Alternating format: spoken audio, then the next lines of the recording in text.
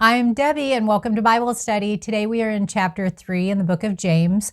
We're going to be reading about taming the tongue and about how the tongue is like a fire. It can praise God, but at the same time, it can curse human beings. So if you're ready to Bible study with me, let's go.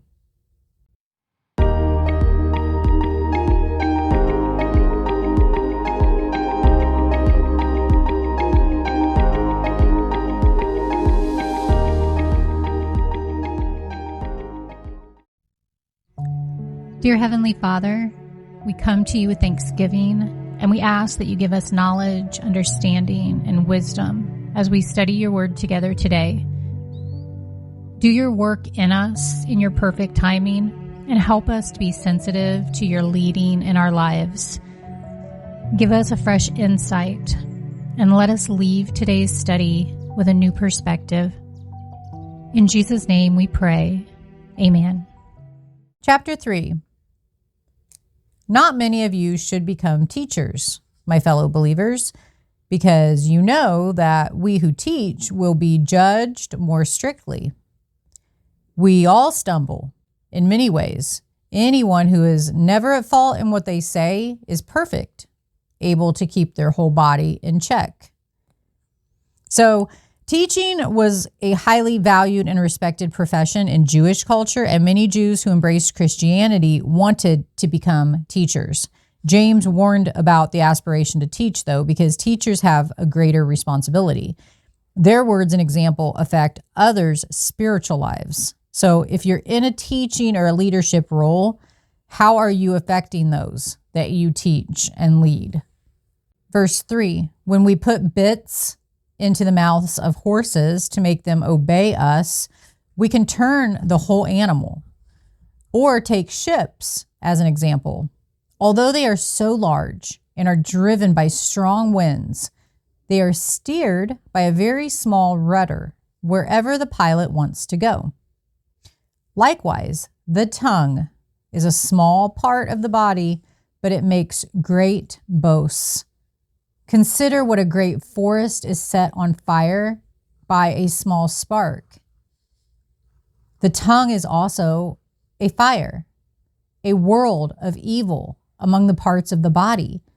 It corrupts the whole body, sets the whole course of one's life on fire, and is itself set on fire by hell.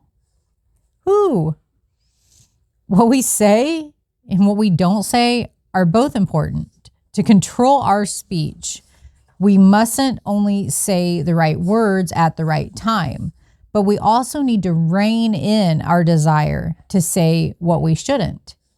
Examples of the sins of an untamed tongue include gossiping, insulting, belittling, bragging, manipulating, teaching what is false, exaggerating, complaining, flattering, lying.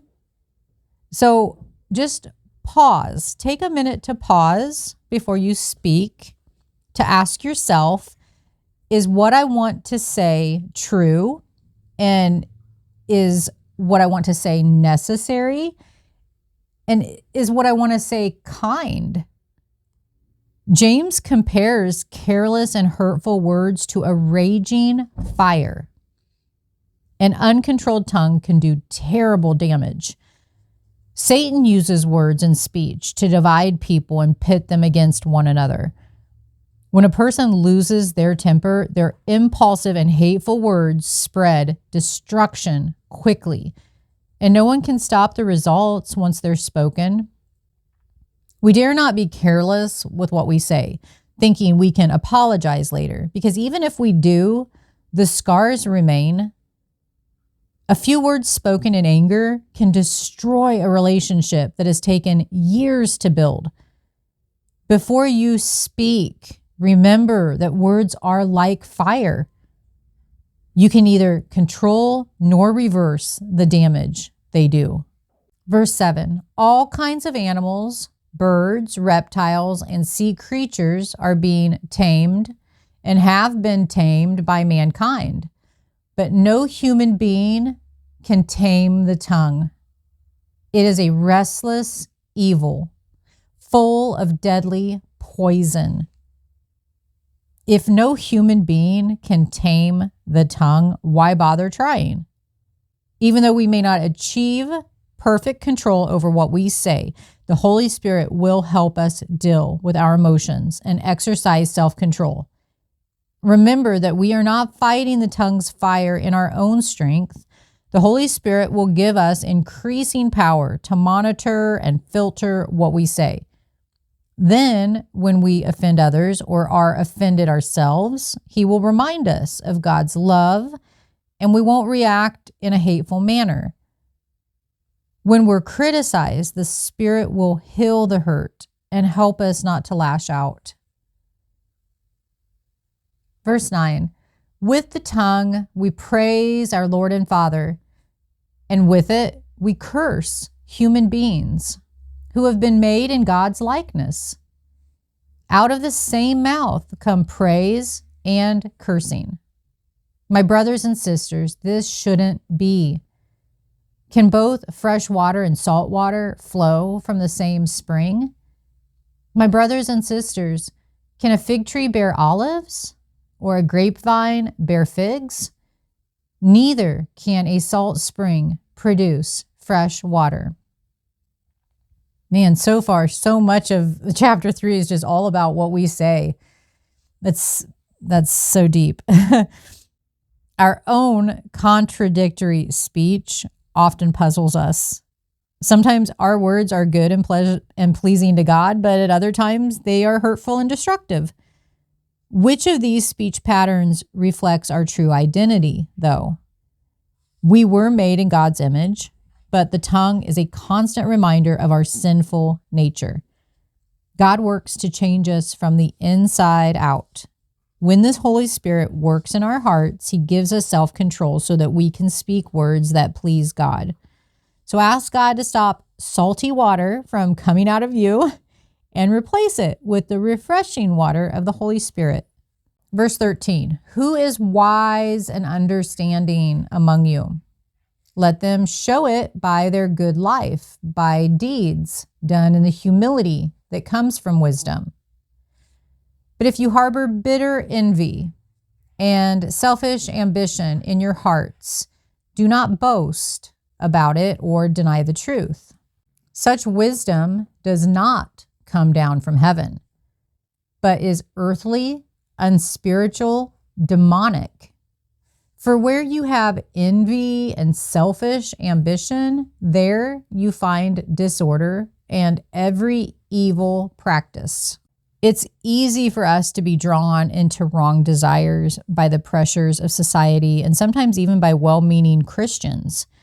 By listening to advice such as assert yourself or go for it, set high goals, we can be drawn into greed and destructive competitiveness that push us beyond the good intentions of the advice. Seeking God's wisdom delivers us from the need to compare ourselves to others and to want what they have. Verse 17, but the wisdom that comes from heaven is first of all pure, then peace-loving, considerate, submissive, full of mercy and good fruit, impartial and sincere. Have you ever known anyone who claimed to be wise but who acted foolishly? True wisdom can be measured by the depth of a person's character. Just as you can identify a tree by the type of fruit it produces, you can evaluate your wisdom by the way you behave. Foolishness leads to disorder, but wisdom leads to peace and goodness. Are you tempted to escalate conflict, pass on gossip, or fan the fire of discord? Careful, winsome speech and wise, loving words are the seeds of peace. God loves peacemakers. I'll put up the scripture in Matthew on that.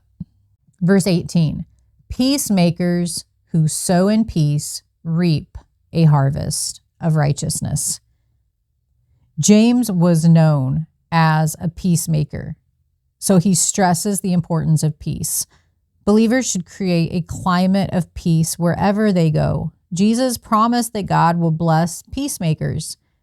Whenever you help make peace, you will be rewarded by seeing relationships reconciled between people in conflict with one another and between people and God.